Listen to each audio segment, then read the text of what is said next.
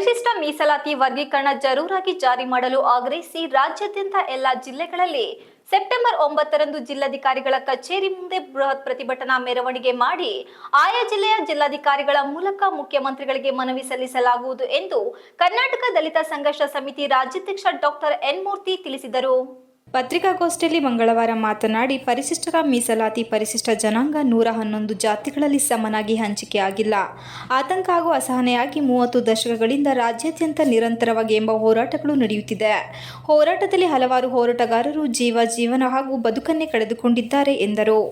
ಪರಿಶಿಷ್ಟರ ಮೀಸಲಾತಿ ವರ್ಗೀಕರಣ ಮಾಡಲು ಕರ್ನಾಟಕ, ಆಂಧ್ರ, ಪಂಜಾಬ್ ಸೇರಿದಂತೆ ಹಲವು ರಾಜ್ಯಗಳಲ್ಲಿ ನಡೆದ ಹೋರಾಟಗಳ ಹಿನ್ನೆಲೆಯಲ್ಲಿ 16 ರಾಜ್ಯ ಸರ್ಕಾರಗಳು ರಚಿಸಿದ ಹಲವಾರು ಆಯೋಗಗಳು ನೀಡಿದ ವರದಿಗಳನ್ನು ಪರಿಶೀಲಿಸಿದ ಸುಪ್ರೀಂ ಕೋರ್ಟ್ನ 7 ನ್ಯಾಯಾಧೀಶರ ಸಂವಿಧಾನದ ಪೀಠ ದಿನಾಂಕ 1/8/2024ರಂದು ಐತಿಹಾಸಿಕ ತೀರ್ಪು ನೀಡಿ ಈ ವಿವಾದಕ್ಕೆ ತೆರೆ ಎಳೆದಿದೆ.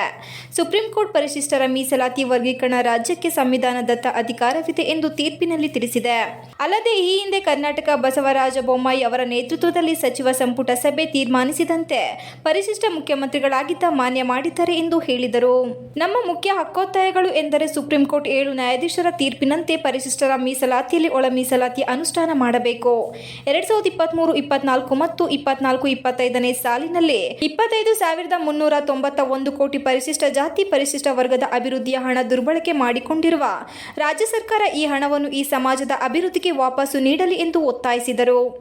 ಪರಿಶಿಷ್ಟ ಜಾತಿ ಪರಿಶಿಷ್ಟ ವರ್ಗದ ವಿದ್ಯಾರ್ಥಿಗಳ ವಿದ್ಯಾರ್ಥಿ ವೇತನ ಸ್ಥಗಿತ ಮಾಡಲಾಗಿದೆ ಹಾಗೂ ಮೆಟ್ರಿಕ್ ವಿದ್ಯಾರ್ಥಿ ವೇತನ ಮತ್ತು ವಿದೇಶ ವ್ಯಾಸಂಗದ ಪ್ರಬುದ್ಧ ಯೋಜನೆ ರದ್ದು ಮಾಡಿ ಪುನಃ ಆರಂಭಿಸಲಿ ಹಾಗೂ ಪರಿಶಿಷ್ಟರ ಮೀಸಲಾತಿ ವರ್ಗೀಕರಣವಾಗುವವರೆಗೂ ಸರ್ಕಾರ ಎಲ್ಲ ಸರ್ಕಾರ ನೇಮಕ ಮಾಡಲಿರುವ ಹುದ್ದೆಗಳ ನೇಮಕಾತಿಗಳನ್ನು ಸ್ಥಗಿತಗೊಳಿಸಬೇಕು ಎಂದು ಆಗ್ರಹಿಸಿದರು. ಪತ್ರಿಕಾಗೋಷ್ಠಿಯಲ್ಲಿ ಕರ್ನಾಟಕ ದಲಿತ ಸಂಘರ್ಷ ಸಮಿತಿ ಜಿಲ್ಲಾಧ್ಯಕ್ಷ ಧರ್ಮ ನಾಕಲಗೋಡು, ಕರವೇ ಜಿಲ್ಲಾ ಉಪಾಧ್ಯಕ್ಷ ದೇವರಾಜು, ಆಟೋ ಚಾಲಕರ ಜಿಲ್ಲಾಧ್ಯಕ್ಷ ಮಂಜುನಾಥ್, ನಿರ್ದೇಶಕ ಬಯಲು ಹೊನ್ನಯ್ಯ ಇತರರು ಉಪಸ್ಥಿತರಿದ್ದರು. Srinivas, TV 46 Malenadu news, Hassan. ಮೀಸಲಾತಿಯ ಬಗ್ಗೆ ಹೇಳಿದಂತ ಮಾತುಗಳನ್ನೆಲ್ಲ ಇದರಲ್ಲಿ ಉಲ್ಲೇಖ ಮಾಡಿದ್ದಾರೆ.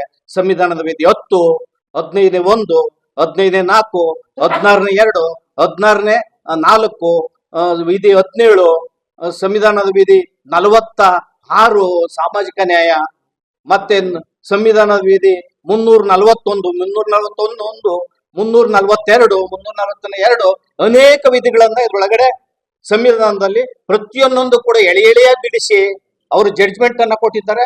ಅತ್ಯಂತ ಸ್ಪಷ್ಟವಾದಂತ ಜಡ್ಜ್ಮೆಂಟ್. ಇದು ಪರಿಶಿಷ್ಟ ಜಾತಿಯವರಿಗೆ ಉದ್ಯೋಗ ಮತ್ತು ಶಿಕ್ಷಣದಲ್ಲಿ ಅವಕಾಶಗಳನ್ನ ಕೊಡೋದಕ್ಕೆ ಈ ಬರೆದಂತ ಜಡ್ಜ್ಮೆಂಟ್ಗೆ ಅವರಿಗೆ ನಾನು ವಿನಮ್ರವಾಗಿ ವಿನಂತಿಯಿಂದ ಅವರಿಗೆ ನಾನು ಘನವೆತ್ತ ನ್ಯಾಯಾಲಯದ ತೀರ್ಪನ್ನ ಸ್ವಾಗತ ಮಾಡೋದ್ರ ಮೂಲಕ ಈ ತೀರ್ಪನ್ನ ನೀವು ದಯಮಾಡಿ ಜಾರಿ ಮಾಡಬೇಕು, ಅನುಷ್ಠಾನ ಮಾಡಬೇಕು ಅಂತ ನಾನು ಮನವಿ ಮಾಡ್ತಾ ಇದ್ದೀನಿ. ಜೈ ಭೀಮ್, ಜೈ ಭಾರತ್.